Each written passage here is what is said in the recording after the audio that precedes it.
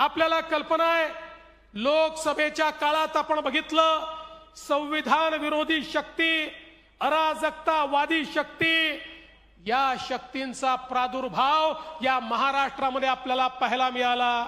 आपले विरोधक, मग ते काँग्रेस असो, ती उबाठा असो, ती शरद पवारांची पार्टी असो, यांना ज्यावेळेस लक्षात आलं की भारतीय जनता पक्षाला आणि मोदीजींना आपल्याला पराजित करता येत नाही, त्यावेळी अराजकतावादी अशा सगळ्या शक्तींना एकत्रित घेऊन त्यांनी या देशामध्ये आणि या महाराष्ट्रामध्ये अराजकता पसरवण्याचा प्रयत्न केला। या महाराष्ट्रात वोट जिहाद आपण बघितलं, या महाराष्ट्रामध्ये फेक नरेटिव्ह आपण बघितला। पण गेल्या 6 महिन्यामध्ये आपल्या सगळ्या राष्ट्रीय विचाराच्या संघटनांनी एकत्रित येऊन आपल्या खांद्याला खांदा लावून या ठिकाणी राष्ट्रवादाचं पुनर्रोपण केलं आणि या अराजकतावादी ताकदींना या निवडणुकीमध्ये आपण पूर्णपणे पराभूत केलं। पण त्यांना जरी आपण निवडणुकीत पराभूत केलं असलं तरी त्यांच्या कारवाया थांबलेल्या नाही आहेत। आपल्या समोर आव्हान आहे। आपण आत्ताच बघितलं कशा प्रकारे बांगलादेशी घुसखोर या ठिकाणी आपल्याला अलीकडच्या काळात सापडतायत आणि केवळ सापडत नाही आहेत, तर ते कागदपत्र बनवून मतदार याद्यांमध्ये या ठिकाणी घुसतायत।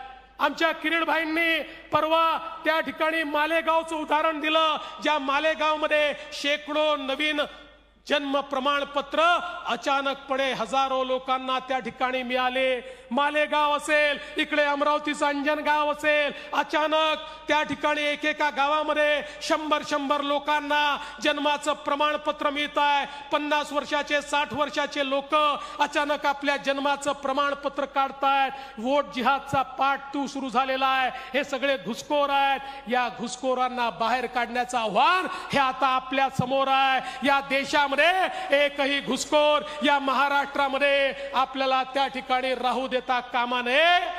त्यामुळे या अराजकतावादी ताकदींच्या विरुद्धची आपली लढाई, ही लढाई अजून आपल्याला त्या ठिकाणी घट्ट करावी लागेल। याच अराजकतावादी ताकदींनी दुसरा प्रयत्न सुरू केलेला आहे। या महाराष्ट्रातली सामाजिक वीण ही कशी त्या ठिकाणी खराब होईल, या महाराष्ट्रामध्ये जातीमध्ये, पंथांमध्ये द्वेष भावना, त्यांच्यामध्ये विद्वेष, त्यांच्यामध्ये मोठ्या प्रमाणात दुफळी कशी माजेल, असा देखील प्रयत्न हा मोठ्या प्रमाणात होतोय। अनेक घटना होतात, गंभीर घटना होतात, त्याचे पडसाद उमटतात, ते साहजिक देखील असतात, ते नैसर्गिक देखील असतात।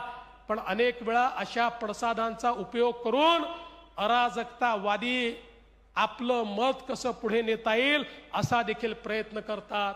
आणि म्हणून कुठेतरी हा महाराष्ट्र एकसंघ राहायला पाहिजे। माननीय मोदीजींनी आपल्याला एक मंत्र दिला, जो या निवडणुकीचा गुरुमंत्र ठरला, एक है तो सेफ है। हे मोदीजींनी सांगितलं, हे आमच्या साधू संतांनी सांगितलं। या ठिकाणी हा मंत्र घेऊन आपण समाजात गेलो, संपूर्ण समाज एकसंघ झाला। या ठिकाणी एक भगवी लहर आपल्याला पाहायला मिळाली आणि त्याचा परिणाम आपण सगळ्यांनी बघितला। पुन्हा एकदा समाजामध्ये दुफळी माजवण्याचा जो प्रयत्न आहे, तो प्रयत्न आपल्याला हाणून पाडावा लागेल आणि सगळ्या समाजाला सोबत घेऊन आपल्याला पुढे जायचं आहे। कारण आपण वर्षानुवर्ष सांगतोय, पथका अंतिम लक्ष्य नहीं है, सिंहासन चढ़ते जाना, सब समाज को लिए साथ में आगे है बढ़ते जाना, हा मंत्र घेऊन आपल्याला पुढे जायचं आहे। आणि म्हणून अराजकतावादी या ज्या सगळ्या ताकदी आहेत, या ताकदींच्या विरुद्धची लढाई आपली संपणार नाही आहे।